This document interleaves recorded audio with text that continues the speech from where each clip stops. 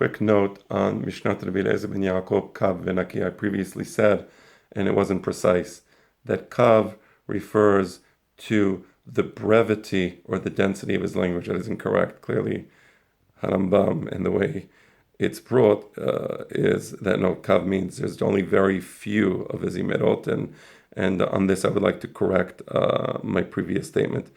However, I discussed with my father the point of Naki and the relationship between Naki and Halacha Kemoto B'chol Makom. So, and on this I believe my original thought was interesting, insofar as there's cases in the Mishnayot where, because Rabbeinu HaKadosh wanted to use a very dense language, he would oftentimes do so at the expense of the precision of the language. Let me get Masechet Pesachim, read the Mishnah there. So, for example, the first Mishnah in the Perek Bet of Halacha Aleph Perek Bet, Masechet Pesachim, Kol Sha'ah Shemutar Le'echol Ma'achila Behema L'Chagya Ve'La'afot U'Mochero L'Nochri U'Mutar Bahana'ato.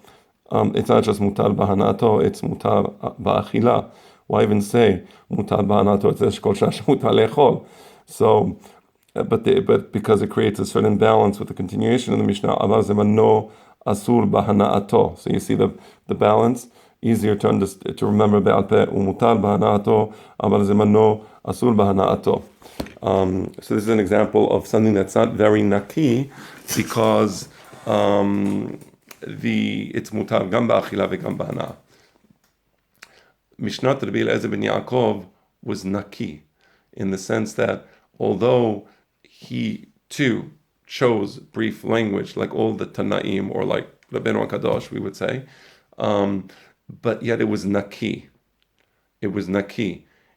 And because it was naki, there were none of these imprecisions.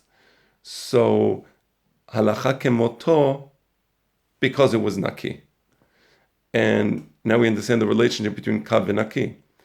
Because he was so careful to produce something that's naki, he wasn't able to produce what Rabbeinu HaKadosh produced, which was a huge mass of sedarim. So his was kav. So on the one hand, it's a disadvantage. He only deals with a very limited number of issues.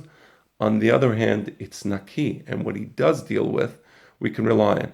Now, that's point number one. Last point. Remember, there were originally very few machlokot between Shammai and Hillel.